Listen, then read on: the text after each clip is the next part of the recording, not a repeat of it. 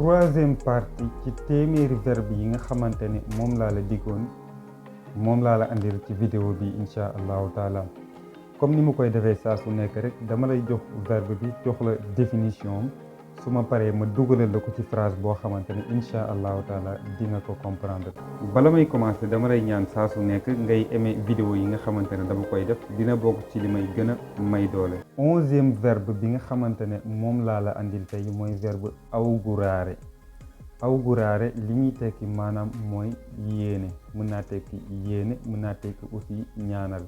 ci français mooy souhaiter, c'est-à-dire nga yéene nit ki dara wala nga ñaanal ko dara. ma jox la exemple: li auguro di guarire presto. li auguro di guarire presto li muy tekki mooy maa ngi lay ñaanal nga wër ci lu gën a gaaw.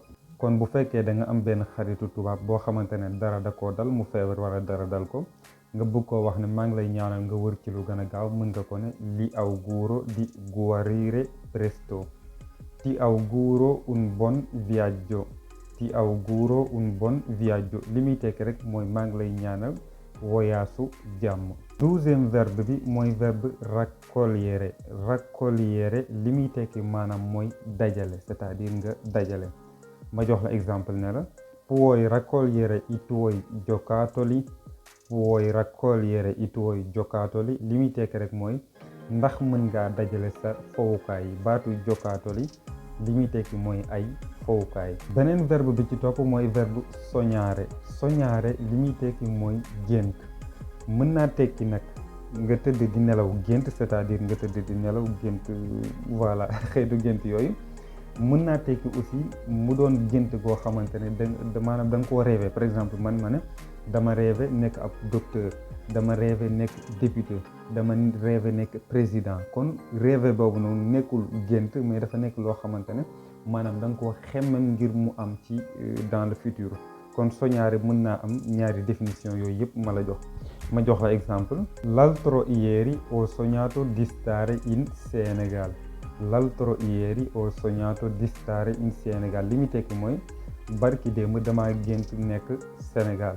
xam naa gént gu neex la nag, yàlla na ko suñu borom def dëgg. deuxième exemple bi ma ne la: ho sognato di avere una casa al mare. ho sognato di avere una casa al mare. foofu noonu nekkul dama tëdd ni law gént am maanaam kër ci wetu géej ga, mais dafa nekk loo xamante ne dama ko bëgg, c'est-à-dire dama rêvé am kër ci wetu géej ga. foofu noonu rêvé bi tekkiwul tëdd di nelaw gént, mais dafa tekki rêve bi nga xamante ne ku nekk ci ñun da koy am dans le futur. 13e verbe bi mooy verbe sbagliare. sbagliare li muy tekki mooy juum. ma jox la exemple ne la: chi sbaglia paga. chi sbaglia paga, c'est-à-dire ku juum da ngay fay. 15e verbe bi mooy verbe scappare. scappare li muy tekki maanaam mooy rëcc. am na ay définition yu bari, mais définition bi ma la ci njëkk a jox mooy scappare mën naa tekki rëcc. ma jox la exemple ne la: il canarino è scappato. il canarino è scappato li muy tekki mooy picc bi dafa rëcc. baatu scappare aussi mën naa tekki gaawantu. léeg-léeg nga toog di wax ak ay nit ne sa waay maa ngi daw, waay gars yi dañ ma yàkkamti. daw boobu noonu tekkiwul da ngay daw nii mais da ngay gaawantu, c'est-à-dire baatu scappare mën naa tekki aussi par exemple dama war a gaawantu. ma jox la exemple ne la: devo scappare, mi stanno aspettando. devo scappare, mi stanno aspettando li muy tekki rek mooy dama war a daw parce que ñu ngi may xaar. lii mooy 3e partie ci vidéo bi nga xamante ne moom laa la ne 100 verbe laa lay wax ci italiano. incha allahu taala ne dinaa ko complété ba 100 yi mat. exercice bi nga xamante ne bëgg naa la ko jox mooy per favore.